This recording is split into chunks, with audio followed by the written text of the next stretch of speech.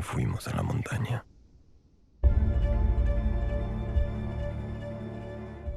Society of the Snow was published in Spain, the book from Pablo Bierzi. And I knew the story. I was familiar with the story because I had seen both films, the Mexican one and the American one. And it's a story that is so popular in the Spanish-speaking world. So I read it and I was very surprised. It's a very different tale.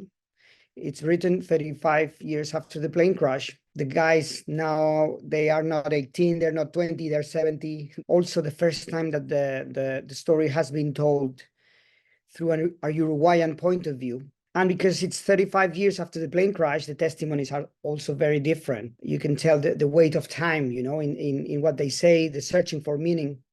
So it's less on the fact and more in the spirit. And that makes the story much bigger and so different. The first time I met the survivors, I had the feeling that they needed the film more than me, that there was something left to be told. When you talk to them, they are like very life-affirming people. So actually, it's a movie, even though it's kind of dark. It's about a group, how coming together, they were able to do the impossible, to come back from a place that was impossible to come back. The more we work in the story, the more I became obsessed with Numa Turcati, the last one to die. He was remembered by all his colleagues by being one of the guys that did the most for the group. And he died 10 days before the rescue. So that was a very interesting figure.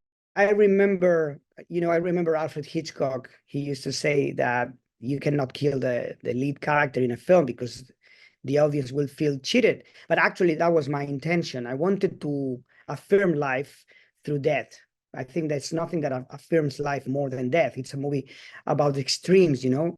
So I thought it was interesting to have the chance of using a testimony that will die halfway through the film. And then that character will live in the other ones. And the audience will have the perfect metaphor to have that kind of experience, living the ending of the film through other characters and not the lead character they have been following through.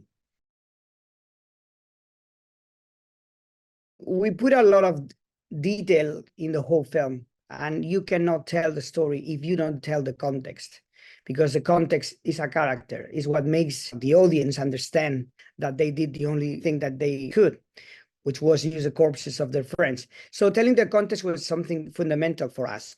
But we were shooting the film in a place where you cannot shoot, that it's impossible to shoot. It's at 14,000 feet. So it's a place that we went there a couple of times with a small crew of professional climbers. And we barely shot shots there with actors. I remember that we shot only with Numa Turcati. So that was the biggest challenge for us, how to tell a story where context is so important and shooting in a place that it's not the actual place. So we use a lot of visual effects, invisible visual effects. So most of the backgrounds are replaced with real backgrounds that we shot in the Andes.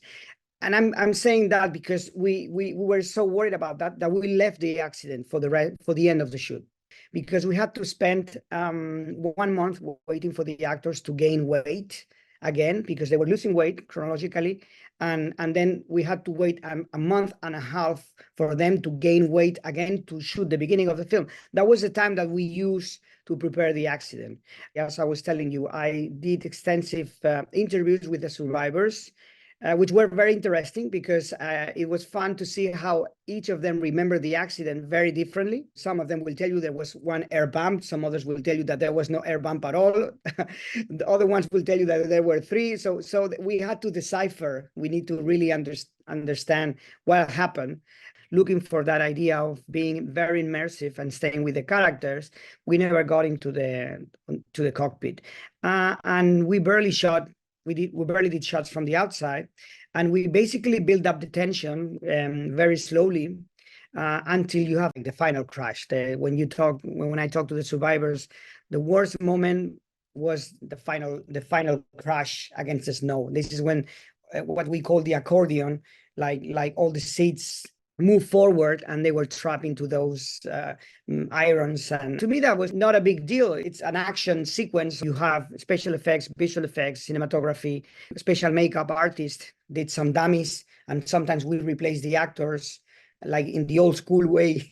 We replaced the actors with dummies. It was very interesting, a lot of work, but that was not the kind of work I'm scared of. Sometimes conversations or dialogue, I am more worried about that than not the actually like this kind of scene. He knows me very well. He knows exactly the story I want to tell. And actually, sometimes he knows even better than me. So I show him Society of the Snow. He was not going to do the score. And then he started to throw ideas about the dynamic of the score, about restraint, about finding the color. And I think what he did great is finding the energy of the film, especially bringing this kind of like Uruguayan percussions at the end that actually relates the story, relates the music with some ideas that Pablo Bierzi develops in the book, referring of the Society of the Snow as almost a prehistoric society, going to this kind of like tribal, very primitive condition, that they had to go in order to survive. So it was fantastic that those kind of ideas really gave me the scope and the true nature of the film I was doing. That's the kind of collaboration I normally have with Michael. From the very beginning, when we were preparing the film, we were talking to the survivors and the families of the dead separately. But suddenly we decided to do a screening 5 days before the screening in Venice in the world premiere. And one of the survivors, Gustavo Cervino, said, let's stop putting all these people all the time separate, let's bring them together, let's show them together the film. And it was pretty interesting because none of them had read the script. They knew it was a movie that goes into the most uncomfortable aspects of the story, but actually that was very, very good. I was surprised that for the first time, some of the families of the dead really understood what the others went through, what the survivors went through. And by doing so, I understood what these people did. And it was something that was very helpful, not only for the families of the dead, but also for the survivors. And actually now we talk to them together. I don't have the feeling that they are two groups now anymore, which is kind of interesting. It's a movie about how they together were able to do the impossible, to come back without cynicism. It's a movie that really has hope in human beings. These people with this barrier of silence in the middle suddenly came together thanks to the film.